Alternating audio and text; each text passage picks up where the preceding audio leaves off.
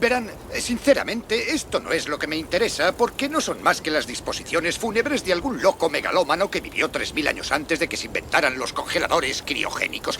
Gira la cámara hacia allí, hacia allí. En lugar de ver cómo morían los ricos y poderosos, veamos cómo vivía la gente corriente hace 3000 años.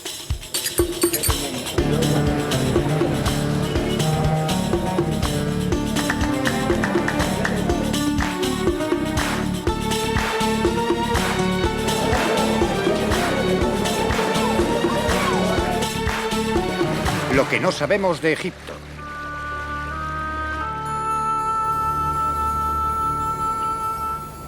Tengo la impresión de que hay muchas cosas en el Egipto moderno que les habrían resultado familiares a los antiguos egipcios que vivieron aquí hace 3000 o 4000 años.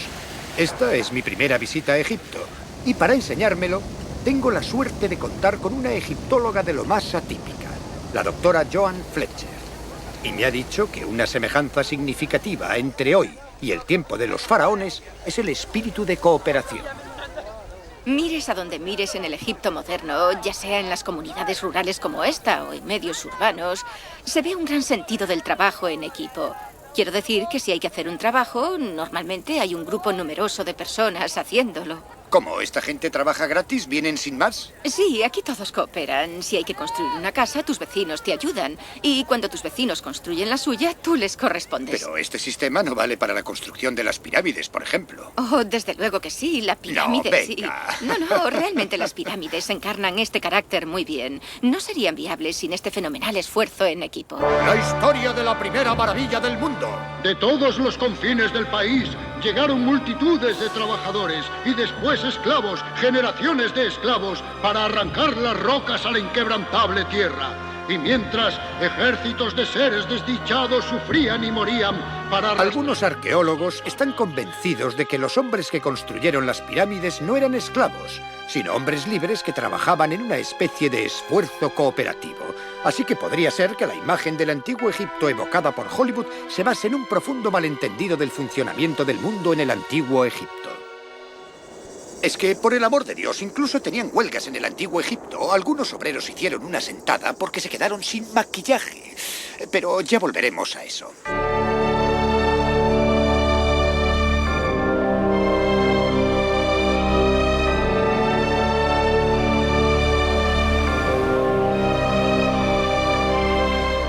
Esto es Saqqara, al sur del Cairo moderno. A simple vista no parece más que un desierto, pero en realidad es un gran cementerio con pirámides y tumbas.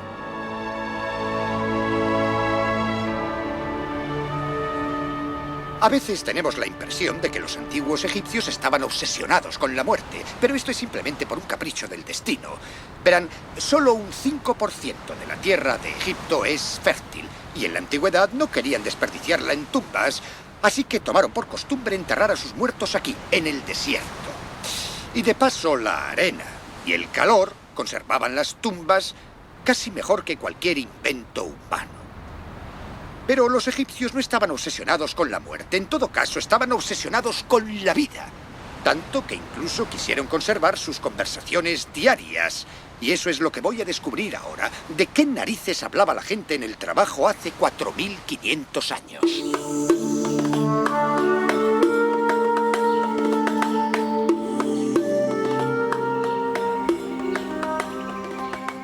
Me han dicho que aquí está enterrado un alto funcionario, un tipo llamado Ti.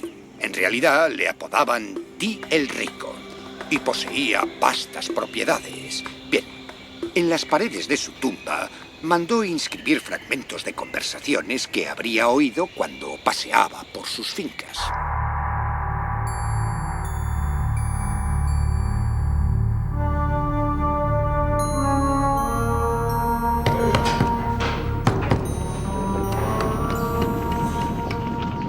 ¡Ordeñala! ¡Deprisa! ¡Viene el pastor!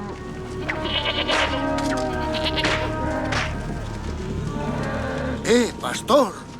Cuidado con el cocodrilo. Está en el agua y no se ve.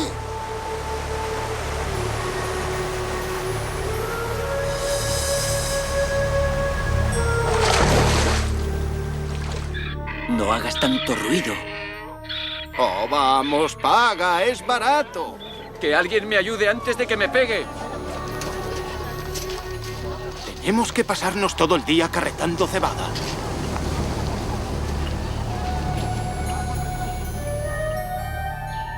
Es inevitable pensar que Ti sentía cariño por sus trabajadores, al menos lo suficiente para querer llevarse su charla con él al otro mundo. Me pregunto cuántos jefes modernos querrían hacer lo mismo. Pero Ti y la gente como él se preocupaban lo suficiente por sus trabajadores como para tratarles bien en este mundo. Todos sabemos que cualquiera que lleve una carga, tire de una carga o empuje cargas, puede sufrir sus nocivos efectos en la columna. Especialmente en la columna. La doctora Aza Mohamed Sarri Eldin, del Departamento de Genética Humana del Centro Nacional de Investigación del Cairo, me ha explicado que los trabajadores que construyeron las pirámides llevaban una vida bastante dura. Es la parte inferior de la columna vertebral de uno de los trabajadores. Tenía 35 años y... pueden ver, por supuesto, que este hueso no es tan liso como este otro. Si observamos estas vértebras, vemos que están estrechadas anteriormente y eso no es normal. Esto se debe a la compresión de las cargas, de llevar pesos pesados. Sí. Pero, ¿cómo era la vida de un egipcio corriente hace 3.000 o 4.000 años? ¿Cómo hacernos una idea de la vida cotidiana de hace tanto tiempo? Bien, aquí en Luxor, a casi 800 kilómetros del Cairo, Joan me lleva a la tumba de un artesano llamado Senet Jem. Cuidado con la cabeza, Terry, es muy bajo. Sí. Aquí hay alguien a quien quería enseñarte, Terry. Este es Senet Jem, un trabajador. Ya, parece un granjero, ¿no? Verás, esta imagen representa a Senet Jem, el trabajador, seguido por su mujer, Linefertiti. Y los vemos durante su vida inmortal en la eternidad. Esta es una escena de la eternidad y así es como la imaginaban. Se trataba de un eterno círculo de arar, segar y sembrar en los campos de los benditos. Han alcanzado el paraíso. Ah, sí, está segando el maíz, que es muy alto. Parece que el maíz es tan alto como él. Bueno, así es como veía la eternidad. El maíz crecía casi hasta 2 metros. No había plagas en los campos, ni plagas de insectos, ni de nada. Algo maravilloso. O sea, que este hombre era un simple granjero, un jornalero, ¿no? Realmente era un artesano, un artista, un pintor de inmensa capacidad que trabajó en las tumbas reales del Valle de los Reyes. ¿Entonces haría sus propias pinturas en los ataúdes? Sí, y además pintaba las escenas en las tumbas reales. Ajá. ¿A que es un gran paisaje? Así que este es el pueblo de Senet Jem. Sí, Senet Jem vivía aquí, al fondo, en la esquina de la derecha. Esa era su casa. Esta es la ciudad de Deir el Medina. Y estos restos son las casas de los trabajadores que construyeron y decoraron las tumbas del Valle de los Reyes. ¿Y qué tipo de trabajadores eran? Pues eran individuos altamente cualificados, una clase profesional de artesanos, pintores, escribas. Ya hemos llegado, Terry. Esta es la puerta principal de la casa de Senet Jem. ¡Oh, Dios mío! ¡Qué es asombroso! ¿Y qué aspecto tendría? Pues era de madera pintada de rojo. Ajá. Y el muro exterior estaba enyesado y pintado de blanco. Fue una casa muy elegante. ¿Tendría número o alguna indicación? Probablemente Senet su Jem. nombre, para que lo Ya. supiera el cartero. Vamos a ver si está, ¿eh? ¿Hola? Creo que no está. Se habrá ido, pero no sé a dónde. Esta es la sala de estar, el recibidor. Sí. ¿Estás segura de que esta habitación no es una precursora de esa cosa terrible, esa sala de estar que nadie usa? Oh, sí, esta es la salita delantera. Siempre estaba inmaculada, creo. Esta parece la habitación más utilizada. No sé, quizá porque es cuadrada. Sí, esta es una peana de piedra en la cual se apoyaría la columna central que sostenía la casa. No será una mesa camilla, ¿eh? No, bueno, es una idea atractiva. Y aquí tenemos algo que se puede encontrar en casi todos los hogares egipcios. Ciertamente en las zonas rurales habría otro tipo de banco o de ladrillo sobre el que la gente pondría cojines. A los egipcios les gustaban mucho los cojines rellenos de pluma. Eran cómodos. Uno quiere estar cómodo si está reclinado Y aquí la familia se sentaba, charlaba, cotilleaba y tal vez jugaba. ¿Y las paredes estarían decoradas? Por supuesto. Sabemos que las paredes originales estaban enyesadas. Algunas de las casas conservaban algo de color, los ocres, los rojos, y también les gustaban los colores brillantes, colores similares a los que vimos antes en la tumba. ¿Y qué son las otras habitaciones? Desde aquí entramos en un ¿Qué hay en almacén, ellas? un trastero. El pozo que vemos es una de las zonas en las que habrían almacenado comida. Hay una estructura similar en la otra parte del muro y aquí Sí. se podrían haber colocado grandes ollas de terracota para mantener frías diferentes cosas. Hay fragmentos de ollas de terracota muy gruesas. Ajá. Mantenían frío el contenido y estas eran las zonas de almacenamiento del agua. Sí. Y aquí vemos... ¿Y dices que este pozo estaba lleno? ¿Cómo mantenían las ollas de pie? Probablemente había una base de arena sobre la que se podían colocar las ollas o algún tipo de contenedor. Pero al estar cerrado, habrían mantenido los contenidos Ya. a la sombra y fríos en todo Sí. momento. Así que este es un sótano frío. Es una especie de frigorífico. Y por aquí se subirá al piso de arriba. Sí, subían hasta el tejado. Los dormitorios, ¿no? En realidad dormían en el tejado, como hacen actualmente en zonas del moderno Egipto. Uf, estas escaleras tienen 4000 años. ¿A que son increíbles? Y siguen Verás, funcionando. La forma que tenían de dormir era bastante Sí. ad hoc, porque alguna gente dormía en bancos o en colchones en el suelo y en verano seguramente dormían en el tejado.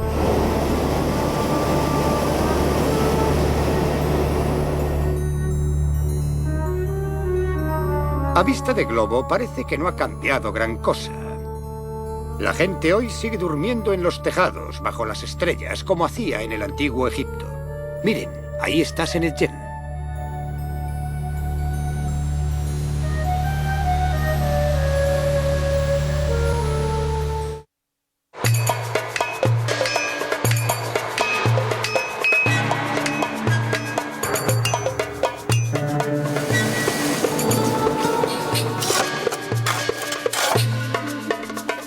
Los artistas, artesanos, canteros y carpinteros que decoraron las tumbas de los faraones incluyeron imágenes de su vida cotidiana en sus obras.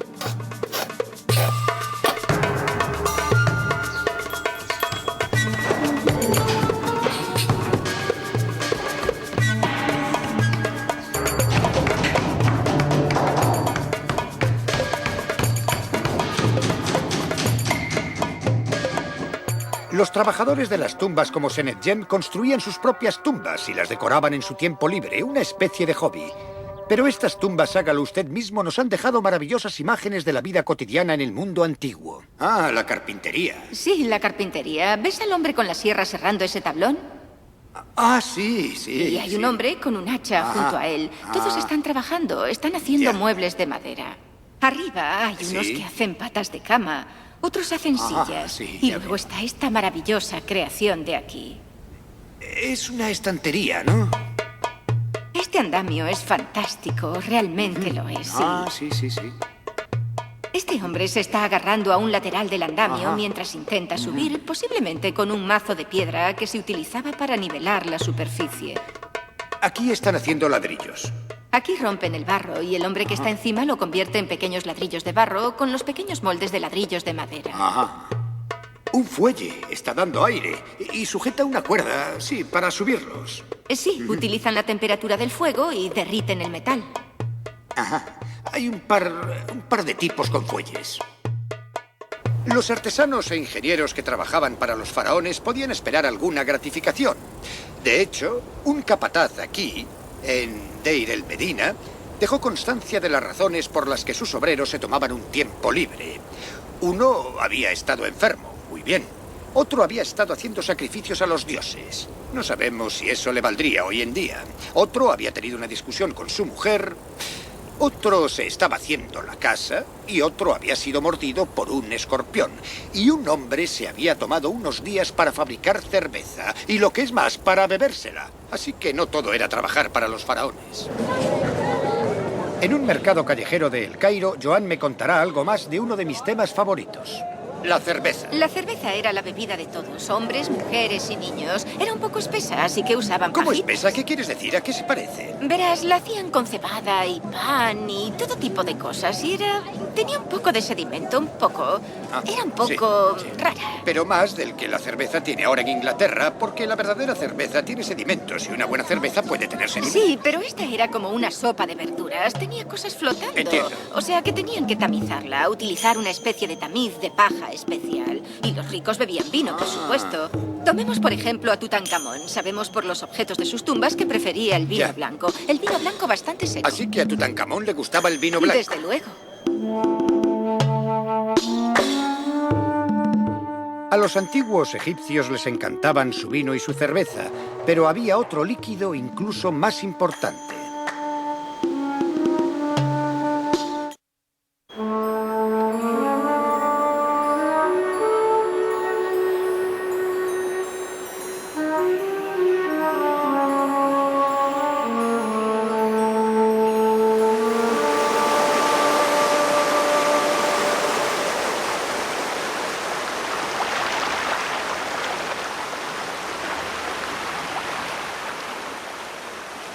Egipto no se parece a ningún otro país. Su gente y su historia son únicas.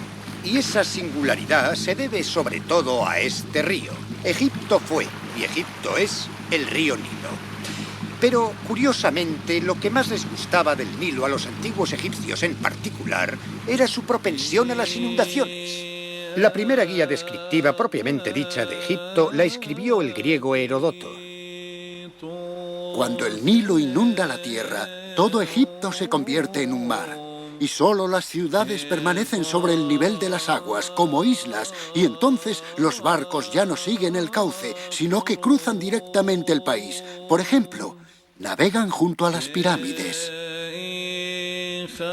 La razón de que la inundación del Nilo tuviera tanta importancia es que traía cienos desde Etiopía y Uganda. Este rico lodo significaba la diferencia entre una tierra fértil y un desierto yermo. De hecho, los antiguos egipcios amaban tanto a este lodo que le pusieron ese nombre a su país. Le llamaron Kermit, o Tierra Negra. Y a la tierra a la que no llegaba la inundación anual la llamaron Tierra Roja o Desret, de donde deriva la palabra desierto. Esta dependencia de lo que mucha gente vería como un desastre natural dio a los antiguos egipcios un especial sentido de valores, en cierto modo inverso al nuestro. Por ejemplo, la propiedad se valoraba según la posibilidad de que se inundara. Si siempre se inundaba, si a veces se inundaba o si nunca se inundaba. Y el negro se convirtió en el símbolo de la vida y el blanco en el símbolo de la muerte, del duelo. Sin duda, Senetjen y su mujer se sintieron parte de este ciclo natural de fertilidad. La supervivencia probablemente era difícil, pero no era exactamente una lucha. Los propios dioses habían diseñado el mundo para que les fuera benévolo en el principio de los tiempos. Y cuando la vida es buena y los dioses han sido tan generosos, ¿por qué cambiar las cosas? Por supuesto, este era el plato principal de una dieta del antiguo Egipto. La cerveza y el pan es la típica comida egipcia. Toda su cultura estaba basada en los dos ingredientes que vemos sobre la mesa. Y, bueno, está absolutamente cargado de calorías. Oh, esta torta es bastante grasienta. Sí, pero lo bueno es, creo que tiene tantas calorías que daría una asombrosa cantidad de energía. Está buena, ¿verdad? Oh, no sabe a mantequilla. Es más suave.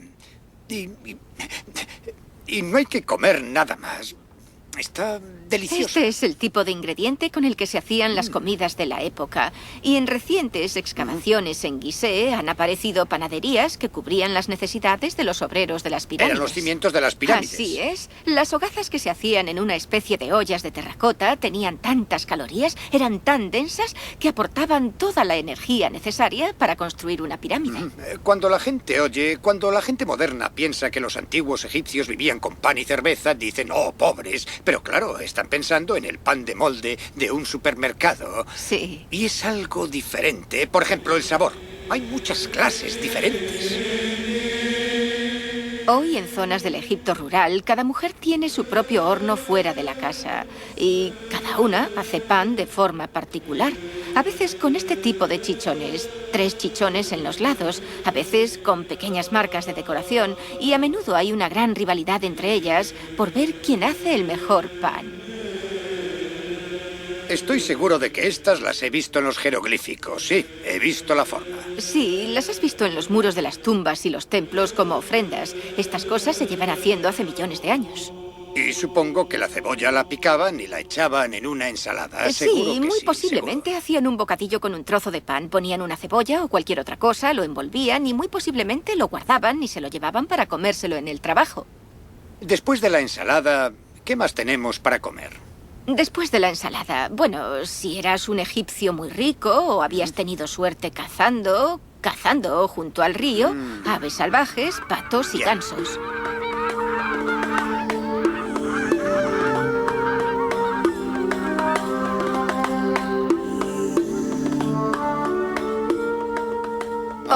Mira. Absolutamente fantástico. Así que comían patos. Tenían ¿eh? patos y les gustaba cocinarlos. Les gustaba el pato asado crujiente rociado con miel.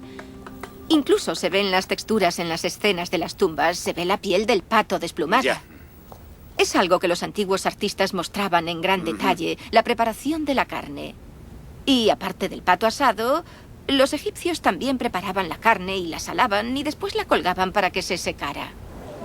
La carnicería está vacía, pero puedes ver los ganchos que cuelgan en el techo. Sí.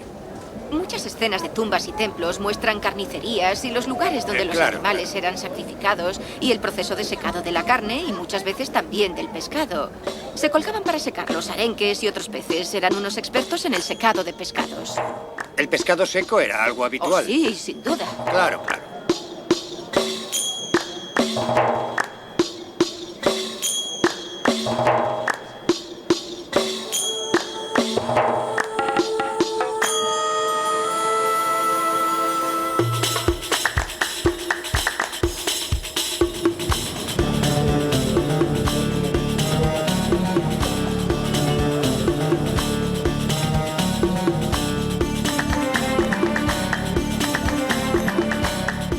Hace unos 3 o 4 mil años, los egipcios corrientes llevaban vidas tan plenas y ricas como hoy.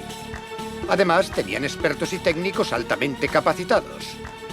De hecho, los ingenieros de la antigüedad podrían habernos enseñado un par de trucos. A mediados del siglo XX, el gobierno egipcio decidió construir una presa para controlar las crecidas del Nilo. La presa prometía traer todo tipo de ventajas al mundo moderno. La pega era que crearía un enorme lago exactamente donde se alzaba uno de los más grandes monumentos del mundo antiguo, el gran templo construido por el faraón Ramsés II en el siglo XIII a.C. en Abu Simbel. Así que en la década de los 60, las Naciones Unidas organizaron el rescate del templo, desmontándolo pieza a pieza y trasladándolo a la cumbre de la montaña.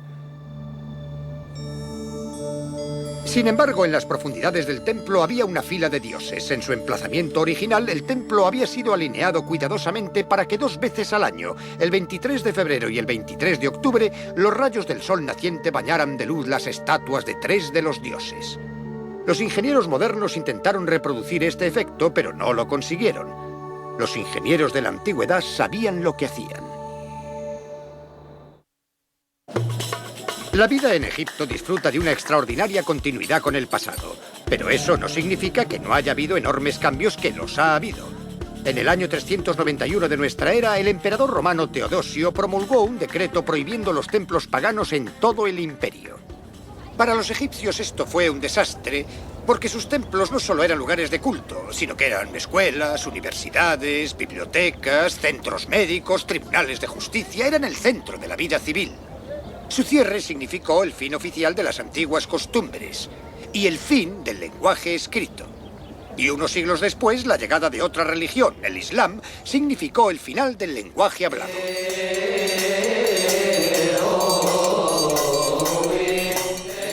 Sin embargo, la lengua del antiguo Egipto se siguió hablando. Y aún se habla.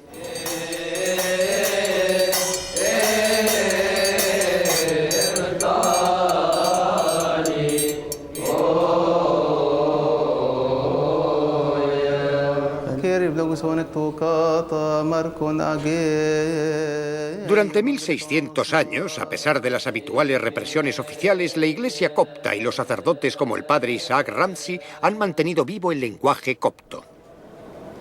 El copto es un derivado del antiguo lenguaje egipcio. O sea que ustedes hablan la lengua que hablaban los faraones. Sí.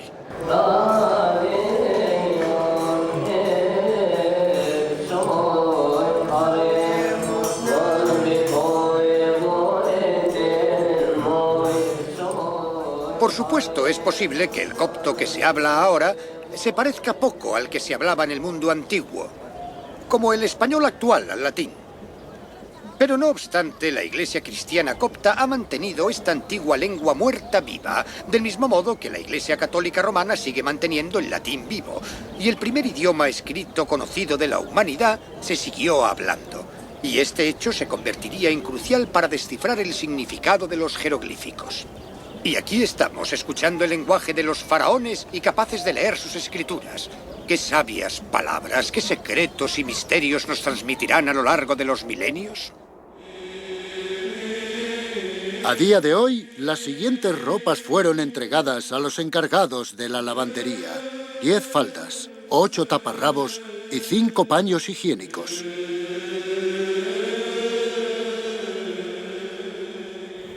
En realidad, la palabra jeroglífico es un nombre erróneo. Verán, cuando los antiguos griegos encontraron por vez primera estos escritos místicos en las tumbas y templos egipcios, asumieron naturalmente que estaban llenos de significado místico, y por eso les llamaron jeroglíficos, o grabados sagrados. Pero en realidad, muchos de ellos estaban lejos de ser místicos, y no todos estaban grabados en los muros de los templos. Los egipcios inventaron el primer papel. Utilizaron el interior de un junco conocido como papiro, de ahí proviene el nombre de papel. Y era en lo que escribían los documentos oficiales y los archivos. Pero para las notas y mensajes cotidianos había una versión mucho más barata, a mano, o mejor dicho, a pie. Tenían trozos de cacharros de barro rotos o fragmentos de caliza, y sobre eso garabateaban sus mensajes. Pero para ello desarrollaron una especie de versión abreviada del jeroglífico que se conoce como hierático. ¿Hay alguien escribiendo aquí abajo? Está leyendo un papiro. Está leyendo el texto ritual. Lee en alto todos los objetos rituales que se utilizaban en el funeral y que están sobre esta mesa negra pequeña que casi parece una mesa Está camilla. pintada de blanco, ¿no? Sí, para darle idea de prístino, una reluciente blancura nueva. Es un papiro nuevo. El papiro crecía en abundancia en las orillas del Nilo, y a alguien se le ocurrió que cortándolo, alisándolo, empapándolo y entretejiéndolo, y después apretándolo se podía fabricar algo sobre lo que escribir.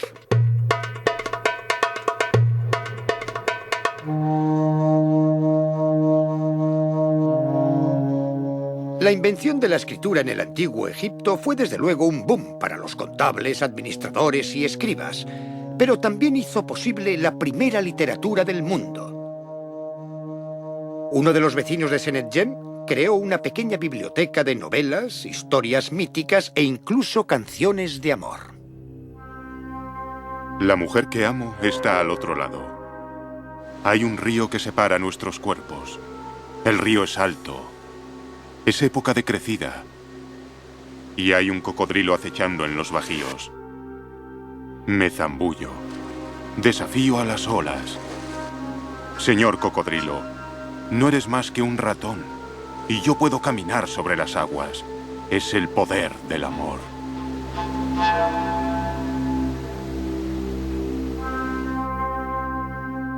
Otro género literario que los antiguos egipcios parecen haber inspirado es la autobiografía. Por supuesto, las suyas solían estar escritas en piedra. Aquí, por ejemplo, un hombre llamado Amos relata cómo se abrió camino desde la nada para llegar a ser miembro de pleno derecho de los nuevos ricos. Crecí en la ciudad de Negev. Mi padre era soldado del rey. Presté servicio de soldado en su lugar, en el barco Toro Salvaje, en tiempo de Amosis, cuando yo aún era joven y no había tomado esposa, y me llevé a un hombre cautivo. Me introduje en el agua, puesto que fue capturado junto a la ciudad, y crucé el agua llevándolo. Cuando fue informado el heraldo real, fui recompensado con oro. Me siento enfermo. He alcanzado la vejez. Descanso en la tumba que yo mismo me he construido y os relato todos los favores que me han sido concedidos. He sido recompensado con oro 7 veces, en presencia de toda la nación y de todos los esclavos y esclavas, y me han sido concedidas numerosas tierras. El nombre de un hombre valiente perdura por lo que ha hecho. Bueno, muy bien por el hombre valiente. Pero, ¿qué hay de las mujeres valientes? Me ha sorprendido averiguar que en el antiguo Egipto las mujeres tenían los mismos derechos legales que los hombres. Y lo que es más, podían casarse, podían divorciarse, podían comprar y vender propiedades y tenían derecho a recibir los mismos salarios que los hombres, algo que en el mundo moderno aún no se ha conseguido del todo.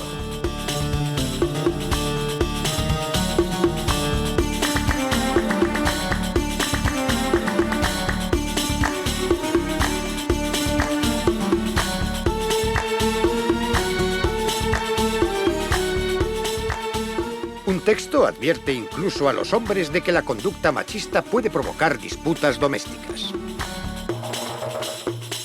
No controles a tu mujer en su casa si sabes que es eficiente. No le digas dónde está, cógelo si lo ha puesto en el lugar correcto. Que tus ojos la observen en silencio, así reconocerás sus habilidades. Si un hombre no busca las disputas domésticas, estas nunca comenzarán. En el antiguo Egipto, el equilibrio entre los sexos era parte del equilibrio de la vida en general. Aquí en Luxor hace mucho calor, a menudo más de 40 grados centígrados. No me extraña que los antiguos egipcios necesitaran esta extraña ducha. Este es el aspecto que en el antiguo Egipto tendrían las duchas. Por supuesto, es una con clase porque perteneció a Ramsés III. Es extraordinario pensar que el faraón Ramsés III estuvo en este mismo lugar dándose una ducha. ¿Qué pasaría si sus sirvientes estuvieran en el muro y echaran agua y... Gracias, sirviente, muy bien. Y después de la ducha se secaría con una de estas... Una estupenda toalla esponjosa. Estas cosas no han cambiado en 3000 años. Supongo que es un poco lo que ocurre con los humanos. A medida que pasan los siglos, no nos hacemos más listos o más morales o tenemos más cerebro. Supongo que es bastante reconfortante pensar que realmente todos somos como toallas esponjosas. Verán, el maquillaje era algo esencial para una persona corriente hace 4000 años. Y una vez más había igualdad entre los sexos. Tanto hombres como mujeres llevaban maquillaje. Lo que me lleva de nuevo a la huelga de los trabajadores que mencioné antes. Ocurrió un día de 1170 a.C. Algunos obreros de una tumba del Valle de los Reyes se pusieron en huelga porque se les acabó el maquillaje. Exigían más aceite hidratante y ropas y verduras y pescado. Los burócratas locales intentaron persuadirles de que volvieran al trabajo, pero ni hablar. Y los obreros hicieron una pacífica sentada, aquí, en este templo. Al final les ofrecieron un mes de provisiones, pero eso aún no era suficiente y siguieron con su sentada hasta que les ofrecieron 2 meses de maquillaje y comida.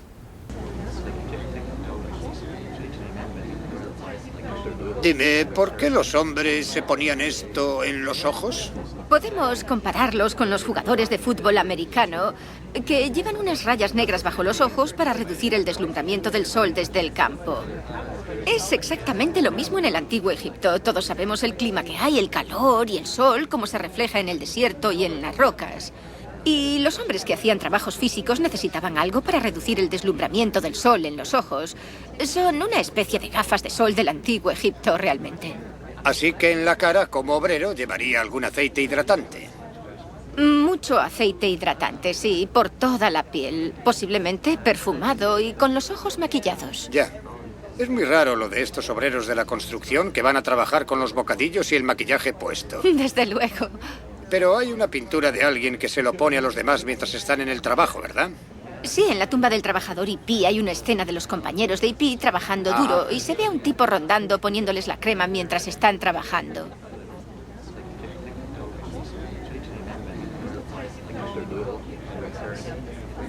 ¿Y esto qué es? ¿Tengo que ir calvo? Bueno, los antiguos se afeitaban la cabeza o llevaban el pelo muy corto para evitar los piojos, que eran muy comunes entonces con el tiempo seco y caluroso.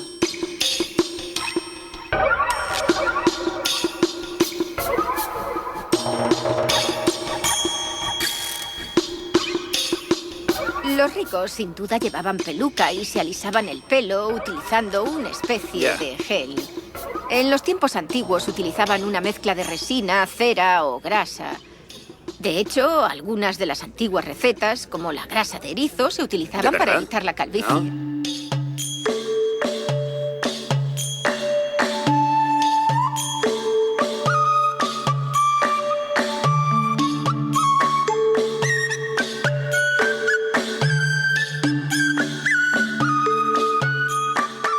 Y por supuesto, se teñían el pelo y las pelucas con aleña. Y en algunas excavaciones que hemos hecho, hemos encontrado que la leña se utilizaba para teñirse el pelo ya en el 3400 a.C. Pero se teñían las pelucas, no el pelo. Se teñían las dos cosas. Oh, es precioso. La protección que ofrecía el maquillaje ocular no era simplemente práctica, sino también mística. Verán, el ojo, para ser exactos, el ojo de Horus, poseía para los antiguos egipcios poderes mágicos naturales de protección contra el mal. Aún se pueden ver hoy en día.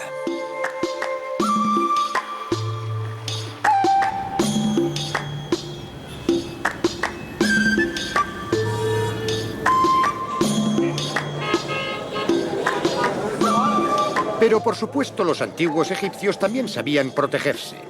En cualquier mercado se podían comprar medicamentos y hierbas medicinales. Y de hecho, los antiguos egipcios inventaron la pasta de dientes, las primeras gotas para resfriados, los elixires bucales, el chicle y los desodorantes. Pero ni siquiera el ojo de Horus podía proteger a los antiguos del omnipresente espectro de la muerte, y los niños eran especialmente vulnerables. Muéstrate, visitante de las tinieblas, que avanzas paso a paso con la nariz y la cara en el reverso de la cabeza. ¿Has venido a besar a este niño? No te lo permitiré. ¿Has venido a hacerle daño? No te lo permitiré. He preparado una poción para protegerle de ti. De ajo, que es mala para ti. Con miel, que es dulce para los vivos y amarga para los muertos. La muerte en el antiguo Egipto, al igual que hoy en día, era un negocio y, por supuesto, se podía ganar dinero con ella. Estas mujeres, por ejemplo, eran plañideras profesionales y aquí están entrenando a sus jóvenes aprendices para llorar, lamentarse y arrancarse los cabellos.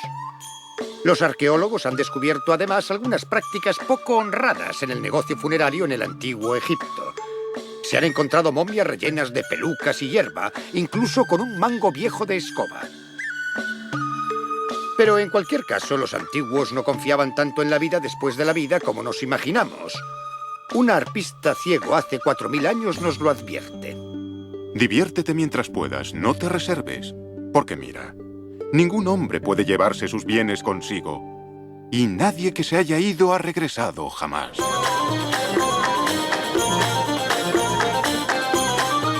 Los grandes gobernantes han desaparecido. Sus tumbas han sido saqueadas o redescubiertas, sus momias deshechas y los mangos de escoba extraídos. Los todopoderosos faraones se han convertido en propiedad pública. Pero quizá la verdadera inmortalidad está por ser encontrada entre los hombres y mujeres corrientes cuyas vidas han cambiado muy poco desde los días de los faraones. Quizás lo que no sabemos del antiguo Egipto siempre ha estado aquí, delante de nuestras narices.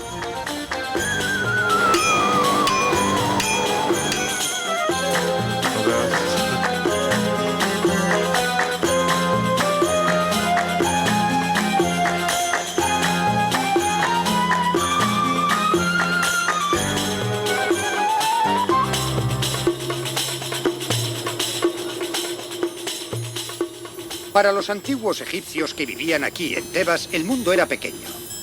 Desde el Nilo a esas montañas de allí. Y más allá estaba el desierto, el otro mundo, la morada de los muertos. No es que estuvieran obsesionados con la muerte, sino que tenían a la muerte por vecina y tenían que aprender a vivir con ella.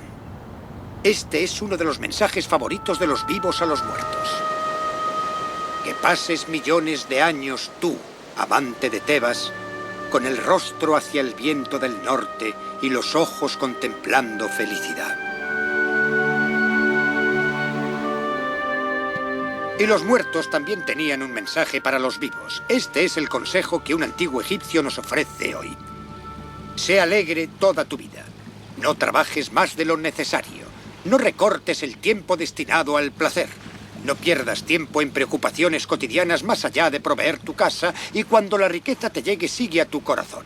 La riqueza de nada sirve si estás triste. Cuando pensaban en la eternidad, la imaginaban muy parecida a esta, porque para los antiguos egipcios, el paraíso era Egipto y el infierno cualquier otro sitio. Me pregunto cuántos de los habitantes actuales de Los Ángeles o Londres pueden decir lo mismo.